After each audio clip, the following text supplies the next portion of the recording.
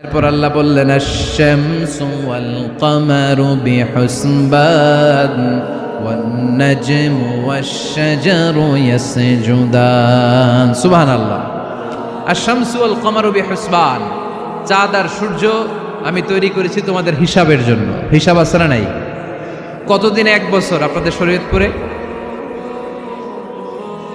হ্যাঁ, 365 দিন। এটা তো সোলার ইয়ারের হিসাব বললেন, মানে সৌর বৎসর। আর চান্দ্র বৎসরে 354 বা 55 দিন। তাহলে এই সূর্য আর চাঁদ আর সূর্যকে আল্লাহ এই মহাবিশ্বে দিয়েছেন হিসাবের জন্য, ঠিক কিনা? আল্লাহর হাবিব বললেন সুমু লিরুইয়াতিহি ওয়া আফতিরু লিরুইয়াতিহি। চাঁদ দেখে রোজা রাখো, আবার চাঁদ দেখে রোজা ভাঙো। আমরা রমজান শুরু করি কি দেখে? জোরে বলেন। ঈদ শুরু করি কি দেখে?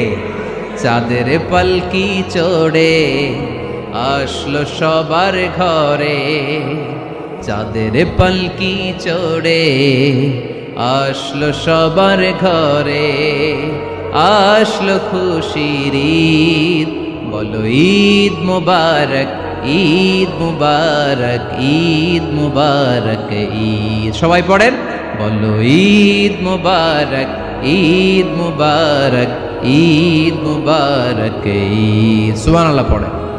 আশ-শামসু ওয়াল কমারু বিহুসবান, সূর্য চন্দ্রের গায়ে লাগে না, চন্দ্র সূর্যের গায়ে লাগে না। কোনোদিন কি দেখেছেন সূর্য আর চন্দ্র ধাক্কা লাগছে?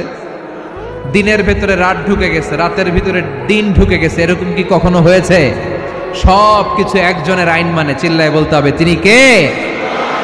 এরপরে আল্লাহ বললেন ওয়ান নাজমু ওয়াশ-শাজারু ইয়াসজুদান, আকাশের তারকারাজি আর বৃক্ষমালা একজনকে সিজদা করে, তিনি কে?